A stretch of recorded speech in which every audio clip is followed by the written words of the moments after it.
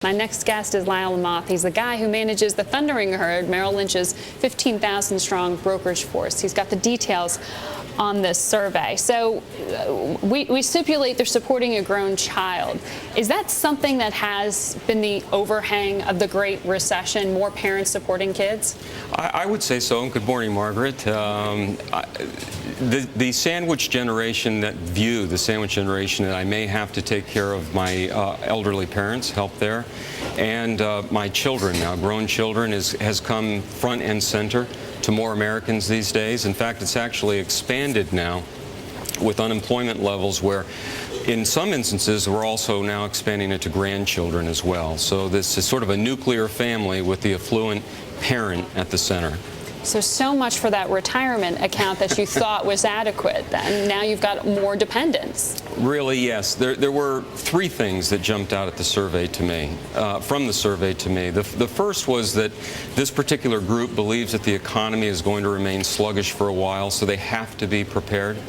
The second is that discipline around retirement savings, budgeting, perhaps because so many more people are involved, has come right back into vogue. And the third is that in addition, when they speak to their advisors, in addition to talking about stocks, bonds, cash management, they're really looking for education today, and not just for themselves, not just about products and services, but for their children, grown children. Advice on basically how to tell their kids what to do with what money they have. Often, yes. I mean, how to germinate some interest in financial responsibilities, matters, importance of retirement saving earlier than life than later. Yes. So that has also pushed up the retirement age. I mean, is that the de facto increase in retirement age that we were expecting? Yeah, I'm often with clients. I remember a conversation just last week where one parent, somewhat I'm sure tongue-in-cheek, said his child was holding out for a management position, which meant that he might have to delay retirement a little further.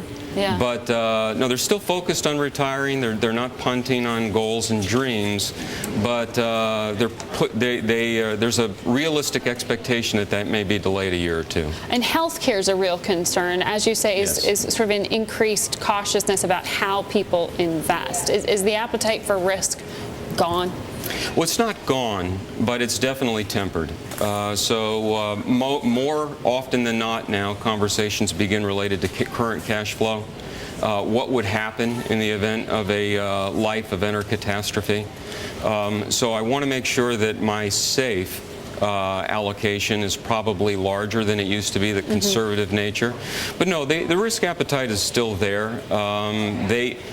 Investors have come back into the market, but up to the toe at this point, not to the knee. Well, recession's not good for relationships, apparently, because in your survey you point out that 51% of affluent couples disagree with each other about financial matters, sticking to the family budget, purchasing luxury items. Perhaps not surprising. Yeah, well, when I saw that particular fact, actually made me smile, because 51% of husbands and wife disagreeing about budgets actually sounds a little low. Right. It sounds kind of normal. A little low, or normal. But however, that said, an advisor with the planning tools and history of prior conversation can wade back into that, remind people in happier times economically what it was that their goals, dreams, retirement was supposed to represent, and recenter them on the longer-term perspective.